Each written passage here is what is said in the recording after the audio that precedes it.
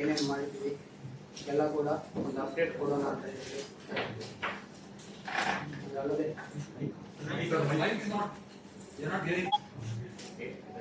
ಇತ್ತೀಚೆಗೆ ನಮ್ಮ ಮಂಗಳೂರು ಸಿಟಿ ಮತ್ತು ದಕ್ಷಿಣ ಕನ್ನಡ ಜಿಲ್ಲೆ ಪೊಲೀಸರೆಲ್ಲರೂ ಕೂಡ ಸೇರಿ ಈ ಡ್ರಗ್ಸ್ ವಿರುದ್ಧ ಮಾಡಿದಂಥ ಎಲ್ಲ ಕಾರ್ಯಾಚರಣೆ ಬಗ್ಗೆ ಕೂಡ ಒಂದು ಮಾಹಿತಿ ನೀಡಬಹುದು ಅಂತ ಹೇಳಿ ಪ್ರಶ್ನೆ ಬಂದಿದ್ವಿ. ನಿನ್ನೆ ನಮ್ಮ CCB ಪೊಲೀಸರು ಬೆಂಗಳೂರು, ಮಂಗಳೂರು, ಕೇರಳ ಈ ಎಲ್ಲ ಏರಿಯಾದಲ್ಲೂ ಕೂಡ MDMA ಆರ್ಗನೈಸ್ಡ್ ಆಗಿ ಸಪ್ಲೈ ಮಾಡ್ತಿದ್ದಂತಹ ಒಬ್ಬ ಮೇಜರ್ ಪೆಟ್ಲರನ್ನು 5 kg MDMA ಒಟ್ಟಿಗೆ ಬಾಗಲಕೋಟೆಯಲ್ಲಿ ಅರೆಸ್ಟ್ ಮಾಡಿದ್ದಾರೆ. ಇದರಿಂದ ಈ ಏರಿಯಾಗೆ ಸಪ್ಲೈ ಮಾಡ್ತಿದ್ದಂತಹ ಒಂದು ನೆಟ್ವರ್ಕ್ ಕಂಪ್ಲೀಟ್ ಆಗಿ ಕಟ್ಟಾದಂಗೆ ಆಗ್ತದೆ. ಒಂದು 15 days ಬ್ಯಾಕ್ ನಮ್ಮಲ್ಲಿ ಸೂರತ್ಕಲ್ನಲ್ಲಿ ಲೋಕಲ್ ಪೆಟ್ರೋಲ್ ಒಬ್ಬರನ್ನು ಅನ್ನಪ್ಪ ಸ್ವಾಮಿ ಅಂತ ಪೆಟ್ಲರ್ ಅವ್ರನ್ನ ಅರೆಸ್ಟ್ ಮಾಡಲಾಗಿದೆ. ಅರೆಸ್ಟ್ ಮಾಡಿದಾಗ ಅವರಿಂದ ಒಂದು 15 ಗ್ರಾಮ್ MDMA ರಿಕವರಿ ಮಾಡಿದ್ದಾರೆ.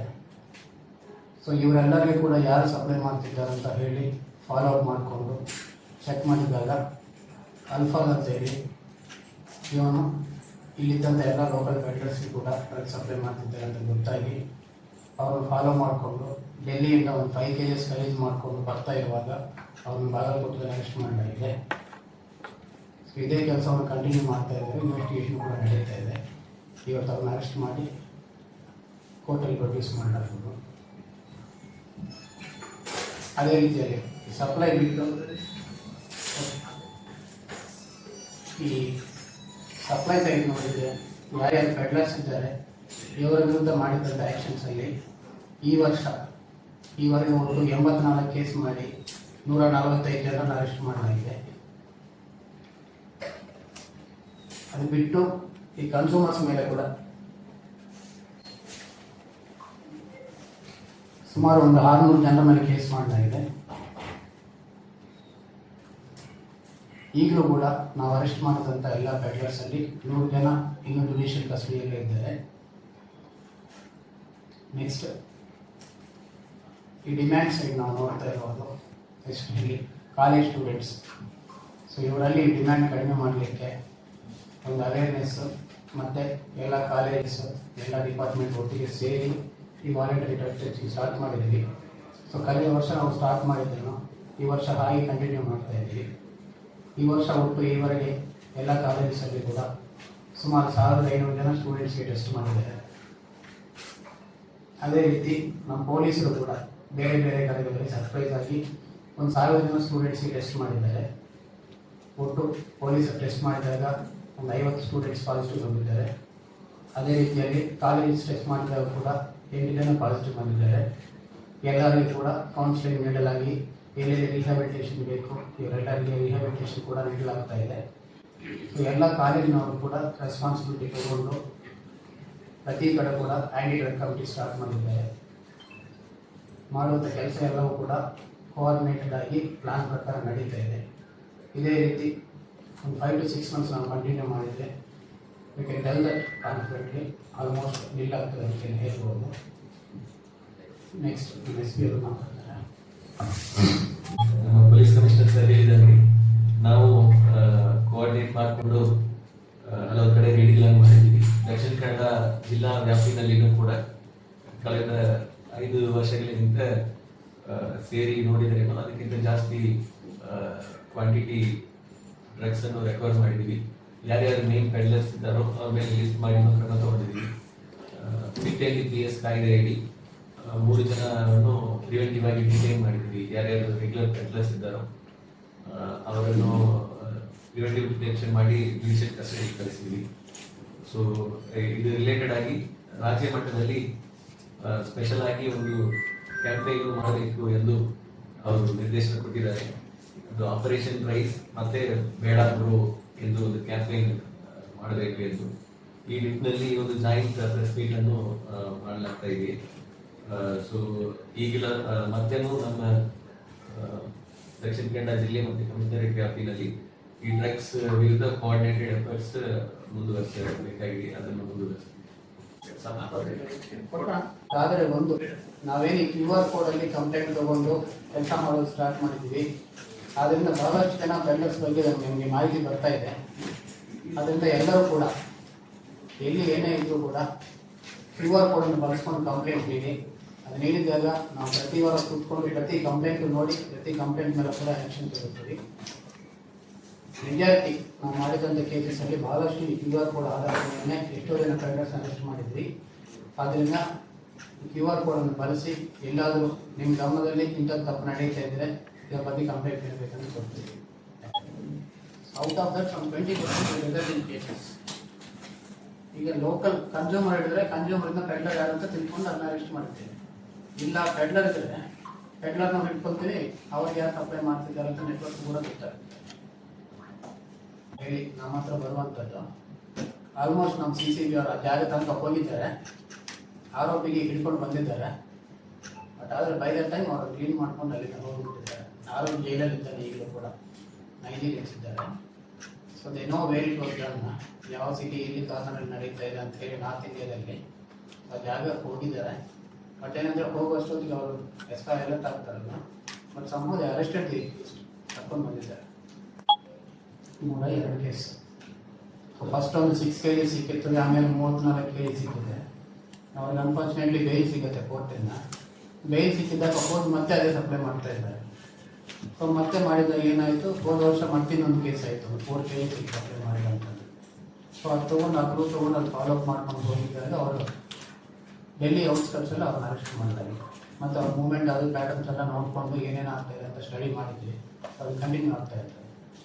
ಇದು ಪ್ರಮಾಣ ಮತ್ತು ಈಗ ಮಾಡ್ತಿದ್ದಂಥ ಕೇಸಸಲ್ಲಿ ಸಿಗುವಂಥ ಪ್ರಮಾಣ ನೋಡಿದರೆ ಈ ಮೊದಲು ಸಿಕ್ಕಿದ್ರಲ್ಲಿ ಮೇ ಬಿ 10-20% ಅಷ್ಟೇ ಸಿಗ್ತಾ ಇದೆ ಆರೋಪಿತರ ಹತ್ರ. ಈ ಮೊದಲು ನಾವು ಹಿಡಿದಾಗ ಭಾಳ ಜಾಸ್ತಿ ಇತ್ತು, ಈಗ ಅದು ಕಡಿಮೆ ಆಗ್ತಾ ಇದೆ. ಬಟ್ ಸ್ಟಿಲ್ ಎಲ್ಲೆಲ್ಲಿ ಕಮರ್ಷಿಯಲ್ ಕ್ವಾಂಟಿಟಿ ಇರ್ತದೆ ಅಥವಾ ಇಂಟರ್ಮೀಡಿಯೇಟ್ ಕ್ವಾಂಟಿಟಿ ಇರ್ತದೆ ಸಂಬಂಧಪಟ್ಟ ಕೇಸ್ ಮಾಡ್ತಾ ಇದ್ದೀವಿ. ಈಗ ಏನಾಗ್ತಾ ಇದೆ ಅಂದರೆ ಯಾರ್ಯಾರು ನಮ್ಮ ಲೋಕಲ್ ಸಣ್ಣ ಪುಟ್ಟ ಪೆಡ್ಲರ್ಸ್ ಇರ್ತಾರೆ ಇವರಿಗೆ ಸಪ್ಲೈ ಮಾಡ್ತಾರೆ. ಸೊ ಆ ನೆಟ್ವರ್ಕಲ್ಲಿ ನಾವು ಹೋಗಿ ಇಟ್ಕೋಬೇಕಾಗುತ್ತೆ ಅವ್ರು ಎಲ್ಲಿದ್ರು ಕೂಡ. ಈಗ ನಿನ್ನೆ ಬೆಂಗಳೂರಿದೆ, ಸೊ ಬೆಂಗಳೂರಲ್ಲಿ ಇದ್ದೆ ಅಲ್ಲಿಂದ ಸಿಟಿ ಸಪ್ಲೈ ಮಾಡ್ತಾ ಇದ್ದಾರೆ ಈ ಏರಿಯಾದಲ್ಲಿ ಕೂಡ. ಸೊ ಅವ್ನು ಡೆಲ್ಲಿಗೆ ಹೋಗಿ ತೊಗೊಂಡು ಬರುವಾಗ ವಾಚ್ ಮಾಡ್ಕೊಂಡು ಅರೆಸ್ಟ್ ಮಾಡಿದ್ದಾರೆ. So same thing has to be continue ಮಾಡ್ತಾರೆ. So out of 10 cases 3-4 cases ಅಲ್ಲಿ ಸಿಗ್ತದೆ, ಕೆಲವು ಕೇಸಲ್ಲಿ ಸಿಗದೆ ಅದು ಎಂಡ್ ಆಗಿರುತ್ತೆ. ಅದು ಕಂಟಿನ್ಯೂ ಆಗ್ತಾ ಇರ್ತದೆ ಇನ್ವೆಸ್ಟಿಗೇಷನ್. ಅವರು ವಿಡಿಯೋಸ್ ಅನ್ನು ರಿಲೀಸ್ ಮಾಡಿದ್ದಾರೆ, ಅದನ್ನು ನಾವು ಶೇರ್ ಮಾಡ್ತೀವಿ ನಮ್ಮ ಇನ್ಸ್ಟಾಗ್ರಾಮ್ ಅಕೌಂಟ್ನಲ್ಲಿ, ಸೋಷಿಯಲ್ ಮೀಡಿಯಾ ಅಕೌಂಟ್ಸ್ನಲ್ಲಿ ನಾವು. ಈ ನಮ್ಮ ಇನ್ಸ್ಟಾಗ್ರಾಮ್ ಪೇಜ್ ನೀವು ನೋಡಿದರೆ ಈಗಾಗಲೇ ಇದೆಲ್ಲ ಕೂಡ ಸ್ಟಾರ್ಟ್ ಆಗಿದೆ. ಕಳೆದ 1 ವಾರದಿಂದ ಕಂಟಿನ್ಯೂಸ್ ಆಗಿ ಈ ಕೋರ್ಸ್ ಎಲ್ಲ ಹಾಕ್ತಾ ಇದ್ವಿ. ಅದರೊಟ್ಟಿಗೆ ಈಗ ರೆಗ್ಯುಲರ್ ಆಗಿ ನಾವೇನು ಕಾಲೇಜಸಲ್ಲಿ ಮಾಡ್ತಾ ಇದ್ವಿ ಇದನ್ನು ಇನ್ನೂ ಇಂಟೆನ್ಸಿಫೈ ಮಾಡಿ ಎಲ್ಲರಿಗೂ ಕೂಡ ಈ ತಲುಪೋ ರೀತಿಯಲ್ಲಿ ಮಾಡ್ತೀವಿ. ಪ್ರತಿ ಕಡೆ ಕೂಡ ತಾಲೂಕು ಮಟ್ಟದಲ್ಲಿ ಮತ್ತು ಪೊಲೀಸ್ ಸ್ಟೇಷನ್ ಮಟ್ಟದಲ್ಲಿ ಎಲ್ಲ ಕಡೆ ಕೂಡ ಕ್ಲೀನ್ಸಿಂಗ್ ಕಂಟಿನ್ಯೂ ಮಾಡ್ತಾರೆ. ಒಂದು ಓನ್ಲಿ ಗಾಂಜಾಗೆ ಟೆಸ್ಟ್ ಮಾಡುವಂಥದ್ದು, 2 ಮಲ್ಟಿ ಡ್ರಗ್ ಟೆಸ್ಟ್ ಕಿಟ್ ಕೂಡ ಇತ್ತು. ಸೊ ಇನಿಷಿಯಲ್ ಆಗಿ ಏನು ಮಾಡಿದ್ರು ಅವ್ರಿಗೆ ಗೊತ್ತಿರಲಿಲ್ಲ. ಸೊ ಈ ಗಾಂಜಾಗೆ ಸಂಬಂಧಪಟ್ಟ ಕಿಟ್ಸ್ ಯೂಸ್ ಮಾಡ್ತಾ ಇದ್ರು.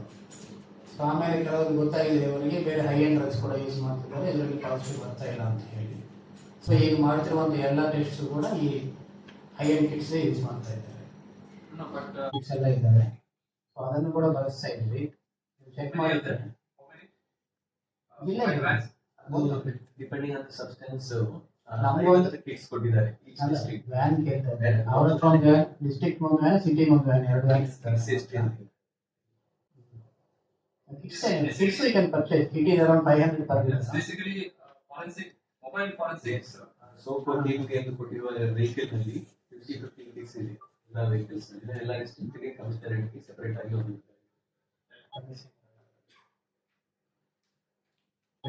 ಕಳೆದ ಒಂದು 10 ದಿವಸದಿಂದ ಇವತ್ತು ಕೂಡ ಚೆಕ್ ಮಾಡಿದ್ದಾರೆ. ಬಟ್ ಏನಾಗ್ತದೆ ಅಂದ್ರೆ majority of them are Indian.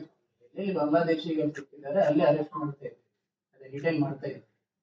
So FRR ಅವರಿಗೆ ಇನ್ಫಾರ್ಮೇಶನ್ ಕೊಟ್ಟಾಗ ಅವರು ಫಸ್ಟ್ ಡಿಟೈನ್ ಮಾಡಿ ಅಲ್ಲಿ ಸ್ಟಾರ್ಟ್ ಅಂತ ತಗೊಂಡು ಅವರು ರಿಪೋರ್ಟೇಷನ್ ಕೊಟ್ಟಿದ್ದಾರೆ.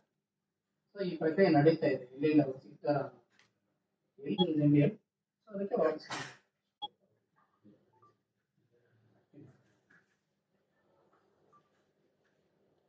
ಯಾರು ಆಕ್ಚುಲಿ ನಮಗೆ ಬಾಂಗ್ಲಾದೇಶೀಸ್ ಅನ್ನು ಇಲ್ಲಿ ಕರ್ಕೊಂಡು ಬಂದು ಕೆಲಸದಲ್ಲಿ ಇಟ್ಟಿದ್ದಾರೆ ಇವರೆಲ್ಲರ ಮೇಲೆ ಕೂಡ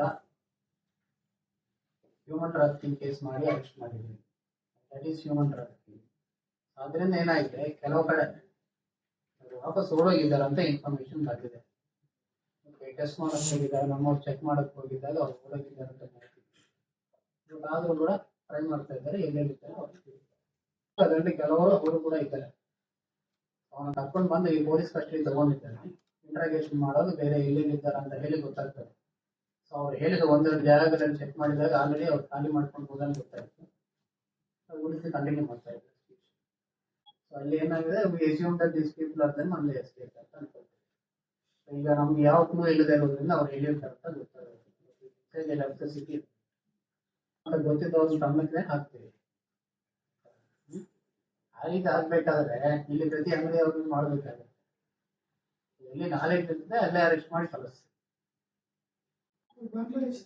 ನನ್ನ ಫೋಟೋ ಹಾಕೊಂಡು ತಗೊಂಡು ಮಾಡೋದು ಅಂತ ಹೇಳಿ ತಗೊಂಡ್ಬರ್ತಾರೆ. It will be very easy. Verify ಮಾಡಿ ಕಾರ್ಡ್ ನೋಡಿದ ತಕ್ಷಣ ನಾವು ಜೆನ್ಯೂನ್ ಇಲ್ಲ ಅಂತ ನೋಡ್ತೀವಿ, ಮುಗಿತಾರೆ. ಕೆಲವರು ಜೆನ್ಯೂನ್ ಕಾರ್ಡ್ ಮಾಡ್ಕೊಂಡಿರ್ತಾರೆ, ಒಂದಿಷ್ಟು ವರ್ಷದಿಂದ ಮಾಡ್ಕೊಂಡಿರ್ತಾರೆ. ಅವ್ರದ್ದು ಏನಾಗುತ್ತೆ ಅಂದ್ರೆ ನಾವು ಸ್ವಲ್ಪ ಇಂಟ್ರಾಗೇಷನ್ ಒಂದು 20 ನಿಮಿಷ ಇಂಟ್ರಾಗೇಷನ್ ಮಾಡಿದ್ರೆ ವಿಷಯ ಇರ್ತದೆ. ಆಗ ಅವ್ರ ಐಡಿ ಕಾರ್ಡ್ಸ್ ಎಲ್ಲ ತಗೊಂಡು ಅಲ್ಲಿ ಡಿಪೋರ್ಟೇಷನ್ ಮಿನಿಮಮ್ ಏನು ಮಿನಿಮಮ್ ಚೆಕ್ ಮಾಡ್ಬೇಕಂತ ಈಗಾಗಲೇ ತಿಳಿಸಿದ್ವಿ. ಯಾರು agree to that, so there should be no issues. Police verification ಏನು ಮಾಡ್ತೇವೆ ನಾವು, ಅಲ್ಲಿಂದ ಲೋಕಲ್ ಪೊಲೀಸ್ ವೆರಿಫೈ ಮಾಡಿ ಆಮೇಲೆ ಇಲ್ಲಿ ನಮ್ಮ ವೆರಿಫಿಕೇಶನ್ ಕಂಟಿನ್ಯೂ ಮಾಡ್ತೀವಿ. ನಾರ್ಮಲ್ ಆಗಿ ವೆರಿಫಿಕೇಶನ್ ಕೊಡೋದು ಏನಂದ್ರೆ ಲೋಕಲ್ ಪೊಲೀಸ್ ಅವರ ಏರಿಯಾದಲ್ಲಿ ವೆರಿಫೈ ಮಾಡಿ ವೆರಿಫಿಕೇಶನ್ ಸರ್ಟಿಫಿಕೇಟ್ ಕೊಡ್ತಾರೆ. ಯಾರಾದ್ರೂ ಬೇರೆ ಕಡೆ ತಗೊಂಡು ತಗೋಬೇಕಂದ್ರೆ ಇಲ್ಲಿ ಬಸ್ ಅಲ್ಲಿ 2 ತಗೊಂಡೇ ಮಾಡ್ತಾರೆ ವೆರಿಫಿಕೇಶನ್. ಸಾಧ್ಯ.